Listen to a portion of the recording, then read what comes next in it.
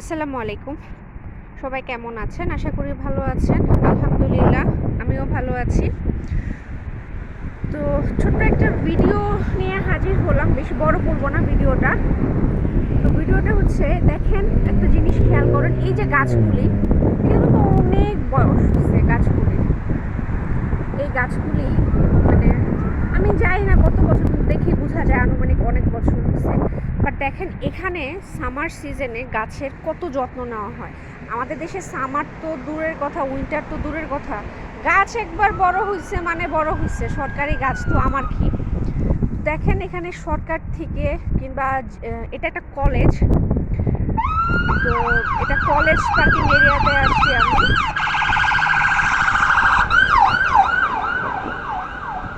Sorry, ambulance গেল, হয়তো প্রচণ্ড শব্দ হয়েছে। তো শুধু কলেজ পার্কিংয়ের জন্য না, এখানে প্রত্যেকটা জায়গায় গাছের গোড়ায় এরকম সার দেওয়া হয়। দেখেন, যেটা আমাদের বাংলাদেশে করা হয় না। মানে ওরা প্রকৃতির যে কী যত্ন করে, মানে আল্লাহ ছাড়া কেউ বলতে পারবে না। এই জিনিসগুলি মানে এত ভালো লাগে, মনটা ভরে যায় যে এই যত্নগুলি দেখে। গাছের যে যত্ন করছে ওরা, এই জিনিসটা বুঝে যে গাছ কতটা জরুরি, এটা সৌন্দর্য, আবার আমাদের প্রাকৃতিক দুর্যোগ থেকে রক্ষা করে। এই গাছগুলি বড় হয়ে গেছে, আমরা আমাদের দেশে একটু বড় হলে গাছ আমরা যত্ন ছেড়ে দিই। বাট দেখেন এই গাছগুলি কত বড় বড় এক একটা গাছ। এই গাছগুলিরে ওরা প্রত্যেক সামারে এরকম গাছের গোড়ায় গোড়ায় ওরা সার দেয়, মাটি খুঁড়ে তারপরে সার দেয়।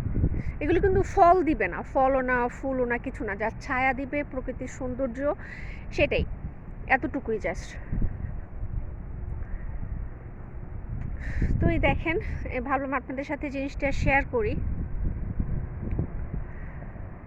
তো এই জন্য ছোট্ট করে একটা ভিডিও করা, যে আমরা যদি এরকম একটু কেয়ার হতাম, যে আমাদের দেশের গাছগুলি কেউ ব্যক্তি উদ্যোগেও যদি এক এক এলাকাতে করতো এরকম, কিংবা আমাদের প্রত্যেকটা এলাকার কমিশনারও যদি এটা উদ্যোগ নিয়ে করতো, কত মানে ভালো হতো। আমাদের দেশে তো আমরা গাছপালা সব কেটে একদম চৌচির করে ফেলি। যেমন আমাদের বাসার কথাই বলি, আমাদের বাসায় 17টা গাছ ছিল, শুধু মেহেদির গাছ। আর আম গাছ ছিল প্রায় 3টা আম গাছ ছিল, 2টা পেয়ারা গাছ ছিল, সুপারি গাছ ছিল 3টা, মানে অনেকগুলি গাছ দিয়ে আমাদের বাসাটা ভরা ছিল।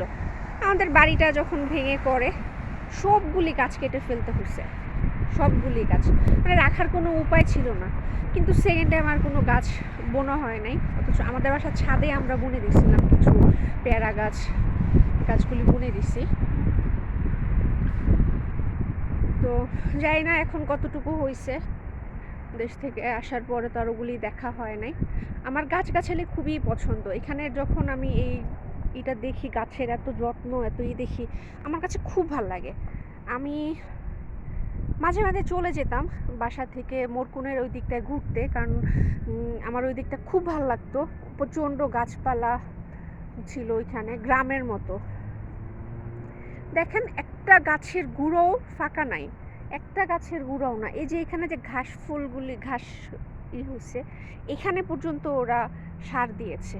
দেখেন প্রত্যেকটা ইসের মধ্যে সার দিয়ে দিছে, যাতে এই গাছগুলি খাবার পায় ভালো মতো। কত সুন্দর লাগছে, দেখেও মনটা ভরে যায়।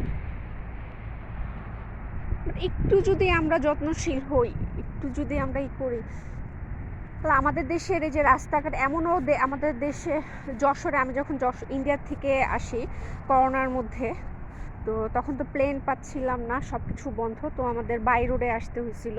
তো তখন আমি যশোর হয়ে আসি, যশোরে এত পুরনো পুরনো গাছ, ওই গাছগুলিরে যদি আরেকটু যত্ন করা হতো কত ভালো হতো। গাছগুলি অনেক বছর বেঁচে থাকতো। অনেক গাছগুলি ভেঙে পড়ে গেছে, ওখানে দেখলাম আর কিছু কিছু গাছ হাজার বছর, মানে হাজার না সরি, কেউ বলে 100 বছর গাছের বয়স, ওগুলিও বেঁচে আছে, বাট ভেঙে ছুঁড়ে। বাট ওই গাছগুলির যত্ন করলে হয়তো আরও ভালো কিছু হতো। তো যাই হোক, সবাইকে জাস্ট এই ভিডিওটা শেয়ার করা। দূর থেকে দেখেন কত সুন্দর লাগে। এই যে এপাশে ওপাশে দুটো পাশেই ভরা।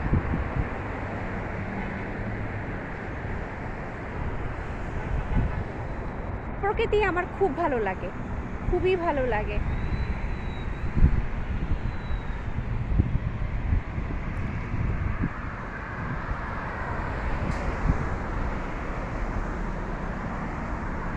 তো এই তো বাসায় যাচ্ছি। আমি একটু পপাইসে গিয়েছিলাম খাওয়ার জন্য, আমার উইংসটা খুব মজা লাগে।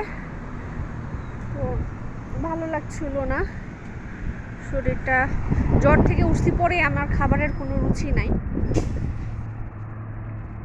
একটু খেলেই পেট ভরে যাচ্ছে, কোনো কিছুতেই রুচি পাচ্ছি না।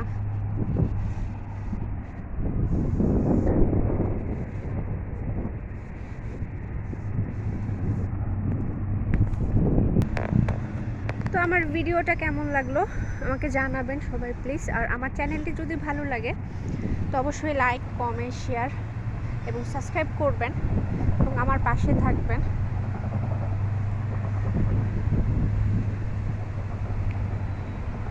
তো বাসার অনেকটা কাছে চলে আসছি, হেঁটে হেঁটে বাসায় যাব।